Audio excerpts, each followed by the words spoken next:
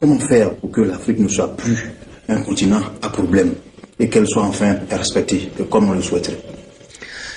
Eh bien, vous savez, on a coutume de dire que l'Amérique est riche parce que les Américains sont riches. Mais on a aussi coutume de dire que l'Afrique est riche, mais que les Africains sont pauvres et même très pauvres. Alors, pourquoi une telle contradiction concernant l'Afrique? Mais tout simplement parce que l'Afrique a une économie du XVIIIe siècle et que les Africains continuent encore à exporter leurs richesses, c'est-à-dire leurs matières premières, aux grandes sociétés européennes qui les valorisent, qui les transforment en Europe et encaisser ainsi à leur place, c'est-à-dire à la place des Africains, l'énorme plus-value de la transformation. On peut dès lors dire que l'Afrique a certes acquis l'indépendance politique, mais pas son indépendance économique.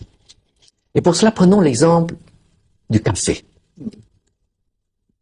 Vous savez que le cours du café vert, fixé à Londres, a baissé de 80% en 8 ans.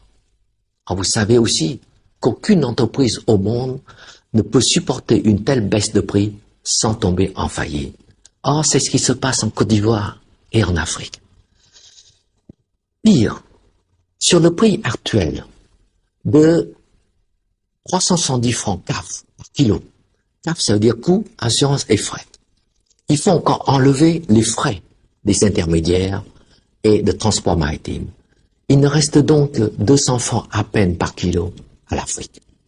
Et ce même café africain, transformé ensuite par les grandes sociétés en Europe, en café soluble, se vend ensuite à plus de 20 000 francs le kilo à travers le monde.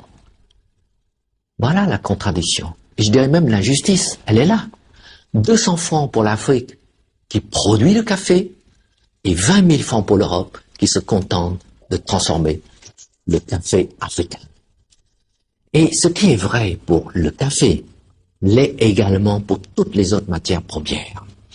Et tant que l'Afrique n'a pas compris cela, eh bien les Africains resteront pauvres, pour ne pas dire misérables.